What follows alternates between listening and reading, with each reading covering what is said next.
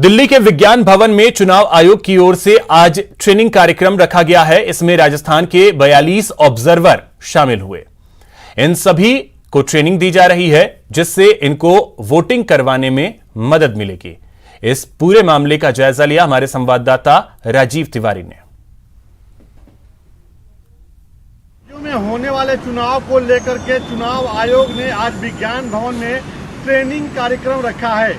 इस दौरान देखा जाए तो राजस्थान के लगभग 42 अधिकारियों को ऑब्जर्वर बनाया गया है, जिसमें 30 IAS अधिकारी हैं और 12 IPS अधिकारी हैं। सभी लोग दिल्ली पहुंचे हुए हैं और इस समय सभी लोग विज्ञान भवन के अंदर पहुंच गए हैं। सभी लोगों को आज चुनाव आयोग ब्रीफिंग करेगा और यहाँ पे एक प्रशिक्षण देगा कि चुनाव के दौरान किस तरह से शांतिपूर्ण तरीके से चुनाव कराना है आपको। इसकी जिम्मेदारी इन लोगों की होगी। साथ ही देखा जाए तो आचार संहिता के जो नियम हैं, चुनाव के दौरान जो गतिविधि होती है, उसकी रिपोर्ट इन सभी लोगों को चुनाव आयोग को भेजना होगा। उस पर ही चुनाव आयोग आगे कदम उठाएगा।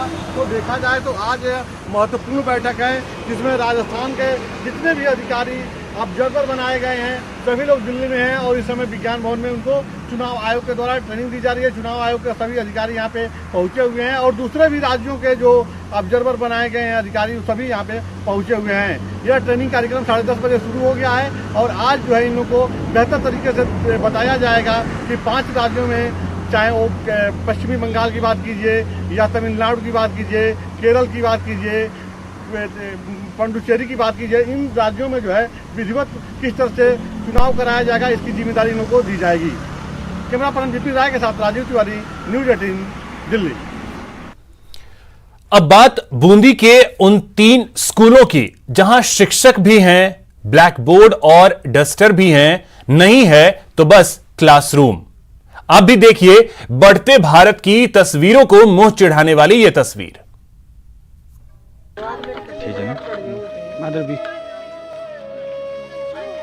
तस्वीरें रुलाती हैं। तस्वीरें मरुद्रा के मान और सम्मान को मुंह चिढ़ाती हैं। बच्चों की बातें कचोटती हैं कि इनके भविष्य के सिर से छत गायब है। हमें गर्मी में ये चादर बहुत तपते हैं, सर्दी में सर्दी बहुत लगती है। हमें इसमें गर्मी लगती है, सर्दी लगती है।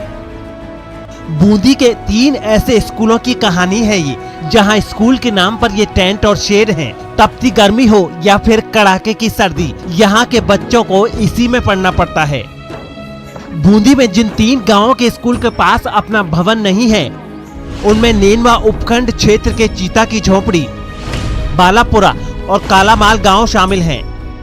हमें गर्मी में ये चादर बहुत तपते हैं, सर्दी में सर्दी बहुत लगती है और बरसात में यहाँ पे कीचड़ हो जाता है, बहुत पानी बढ़ जाता है। हमें इसमें गर्मी लगती है, सर्दी लगती है और बारिश में बेगी छुट्टी हो जाती है, इसलिए हमारे पढ़ाई नहीं होती है। चीता की झोपड़ी गांव के लोगों का कहना है कि कई बार शिक्षा विभाग से शिकायत की गई। यहां तक कि स्थानीय विधायक अशोक चांदना, जो प्रदेश सरकार में खेल मंत्री भी हैं, उन्हें भी कहा गया, लेकिन अभी तक किसी ने इनकी बातों पर ध्यान नहीं दिया। स्थानीय विधायक जो यहाँ के जनप्रतिनिधि जो विधायक हैं और हमारे सरकार मंत्री हैं चांदना जी, उसको इतनी बार अवगत करवा दिया जिसकी कोई सीमा नहीं है, और प्रशासनिक अधिकारी को इतना अवगत करवा दिया, फिर भी इस गांव की ओर किसी का भी ध्यान नहीं है। चीता की झोपड़ी गांव के राजकीय उच्च प्राथमिक विद्यालय के प्रधानाचार्य का कहना है कि 2 साल पहले इमारत जर्जर हो जाने की वजह से उसे गिरा दिया गया था, लेकिन अभी तक दूसरी इमारत बनाने का कोई इंतजाम नहीं हुआ है। 4 दीवारी के लिए जो पैसे आए हैं, उसका भी इस्तेमाल नहीं हो रहा है। हमारे विद्यालय भवन में अधिक पानी भर जाने के कारण हमने समसा बूंदी के आदेश के तहत इनको जमींदोज कर दिया गया, जिसके बाद में हमने विद्यालय को 6 माह तक ग्रामीणों और SMC के सदस्यों के सहयोग से किसी के निजी मकान पर चलाया गया, जिसके बाद में हमने जो जमींदोज के पैसे थे उनमें से हमने टीन शेड करवाए और अभी वर्तमान पर टीन शेड के अंदर विद्यालय का संचालन किया जा रहा है। 3 गांवों के बदहाल स्कूल को लेकर जब नैनवा के SDM से सवाल किया गया तो उन्होंने वही रटा रटाया जवाब दिया। उन्हें जानकारी नहीं है, मौके पर जाएंगे तो देखेंगे। ये जो मौके की स्थिति है वो देखने के लिए अभी हम जा रहे हैं। मैं और तहसीलदार मौके पे ही जा रहे हैं। तो क्या कारण क्या रखा सर? कारण तो अभी देखेंगे तब पता लगेगा ना। तो इसके अलावा जैसे उक्रेन है, बालापुरा है, वो कालामाल है, वहाँ में भी टीर साइड में बच्चे पढ़ रहे हैं, तो वहाँ भी क्या देखें? मेरे को जानकारी नहीं है उगेन, बालापुरा, कालामाल। एसडीएम शिवराम के रवैये को देखकर लगता नहीं है कि नैनवा उपखंड के बच्चों की मुश्किलें जल्द दूर होने वाली हैं। ऐसे में अगर स्थानीय जनप्रतिनिधि और सरकार ने जल्द ध्यान नहीं दिया तो फिर आने वाली गर्मी में इन बच्चों को इसी टीन के शेड और टेंट के नीचे पढ़ाई करने को मजबूर होना पड़ेगा। चैन सिंह तंवर, न्यूज 18 राजस्थान, बूंदी। दौसा के सिकंदरा थाना क्षेत्र में बुडली गांव में 1.5 माह पूर्व आधा दर्जन भैंस चोरी के मामले में खुलासा नहीं करने से नाराज ग्रामीणों ने विरोध प्रदर्शन कर पुलिस प्रशासन के खिलाफ नारे लगाए। ग्रामीणों ने बुडली गांव में एकत्रित होकर प्रदर्शन किया। बड़ी संख्या में महिला और पुरुषों ने पुलिस द्वारा आरोपियों की गिरफ्तारी नहीं करने को लेकर रोष जताया। ग्रामीणों का आरोप है कि घटना के बाद से ग्रामीण दहशत में हैं। ग्रामीण अपने मवेशियों की सुरक्षा को लेकर चिंतित रहते हैं। भैंस चोरी का मामला दर्ज होने के 1.5 माह बाद भी पुलिस इस मामले में ढिलाई बरत रही है। हमने कई बार पुलिस अधिकारियों से मिले और रिपोर्ट भी जमा कराई है, लेकिन आज तक 2 महीने करीब 1.5 महीना हो गया, लेकिन कोई पुलिस कार्रवाई नहीं कर रही है। चोरी हो गई, हमारे पुलिस कोई कार्रवाई नहीं कर रही है और हम दूध बेच बाज के टाइम पास कर रहे हैं। गरीब आदमी है, बिल्कुल खोटा साफ कर दिया। तापमान लगातार बढ़ता जा रहा है, गर्मी दस्तक दे रही है। ऐसे में मरुधरा में पानी की टेंशन अभी से सबको सताने लगी है। लेकिन दौसा जैसे डार्क जोन जिले में जहां पानी के लिए लोग मोहताज रहते हैं, वहां का जलदाय विभाग लापरवाह बना हुआ है। ये हम इन तस्वीरों को देखकर कह रहे हैं, जहां लाखों लीटर पानी 2 दिन से व्यर्थ बह रहा है। तस्वीर दौसा के कालोता गांव की है, जहां जलदाय विभाग की तरफ से एकल बिंदु लगाया गया है। आरओ प्लांट भी लगाया गया, लेकिन आरओ प्लांट के लिए लगाए गए एकल बिंदु पिछले 2 दिनों से चालू है। दिन हो या रात, इस एकल बिंदु से पानी व्यर्थ बह रहा है। जलदाय विभाग की लापरवाही साफ तौर पर देखी जा रही है। जायजा लिया है हमारे संवाददाता आशीष शर्मा ने। यह दौसा का कालोता गांव है और पिछले 2 दिनों से यहाँ पर ये पानी है जो व्यर्थ बह रहा है। हालांकि बताया जा रहा है कि ये पानी खारा है, लेकिन जो यहाँ पर जलदाय विभाग द्वारा आरओ प्लांट लगाया गया है, ये पीछे आरओ प्लांट है और यहाँ पर ये पानी बह रहा है और पूरा जो सड़क मार्ग है वो पानी से अटा पड़ा है। लोग यहाँ से निकल रहे हैं, पानी में परेशान भी हो रहे हैं। लेकिन दौसा जैसे डार्क जोन जिला है, एक एक बूंद के लिए लोग पानी के लिए मोहताज हैं। उसके बावजूद भी यहाँ पर इस तरह पानी व्यर्थ बह रहा है। जलदाय विभाग के अधिकारियों ने जो ये पानी के संग्रहण के लिए भी कोई व्यवस्था नहीं की और जो ये पानी है ये व्यर्थ बह रहा है। और जो ग्रामीण है उनसे हमारी बात हुई है, हालांकि उन्होंने माइक पर बोलने के लिए मना कर दिया है, लेकिन उनका कहना है कि जो जलदाय विभाग के कार्मिक यहाँ पर आए थे, उनका कहना था कि ये जो पानी साफ होने के लिए बाहर निकाला जा रहा है, लेकिन इसका संग्रहण करना चाहिए था, क्योंकि पानी के संग्रहण के लिए सरकार भी काफ़ी जागरूकता अभियान चलाती है। उसके बावजूद भी विभाग इस तरह लापरवाह बना हुआ है। आशीष शर्मा, न्यूज 18 दौसा। भरतपुर से एक बड़ी खबर आपको बता दें, 3 तलाक का मामला सामने आया है। फोन पर महिला को 3 तलाक दिया गया है। पीड़िता ने मामला दर्ज करवाया है। 3 साल पहले शादी हुई थी, अब पुलिस जांच कर रही है मामले की। तो भरतपुर से यह बड़ी खबर, जहां पर 3 तलाक का मामला सामने आया है। महिला ने मामला दर्ज करवा दिया है। फोन पर महिला को तलाक दिया गया है और आपको बता दें कि 3 साल पहले ही शादी हुई थी। तो ट्रिपल तलाक का एक मामला भरतपुर में सामने आया है, जहां पर एक महिला को फोन कर 3 तलाक दिया गया है और अब मामला इसको लेकर दर्ज भी करवा दिया गया है। और आपको बता दें कि 3 साल पहले ही शादी हुई थी, जिसके बाद 3 तलाक आज दिया गया है फोन करके। प्रवीण शर्मा हमारे सहयोगी अधिक जानकारी के साथ जुड़ गए। प्रवीण, ट्रिपल तलाक का मामला भरतपुर में एक सामने आया, क्या जानकारी? जी, ये पहला मामला नहीं है, लेकिन सतमाड़ी गांव में एक रवायता को उसके पति ने फोन पर 3 तलाक देकर और ये कह दिया कि मैं तुझे तलाक लेना चाहता हूं।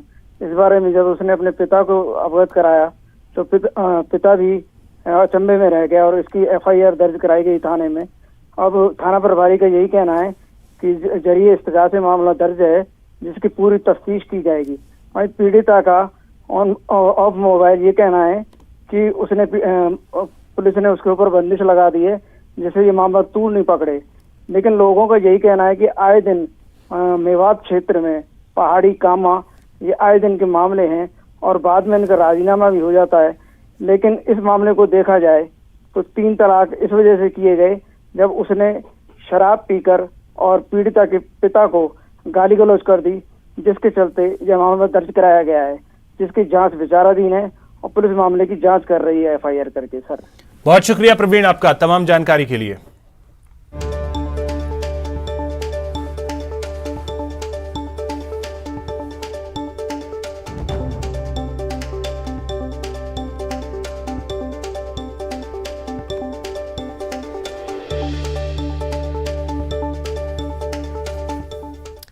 चलिए इस वक्त आपको सुनाते हैं प्रधानमंत्री नरेंद्र मोदी शिक्षा बजट पर एक वेबिनार में बोल रहे हैं।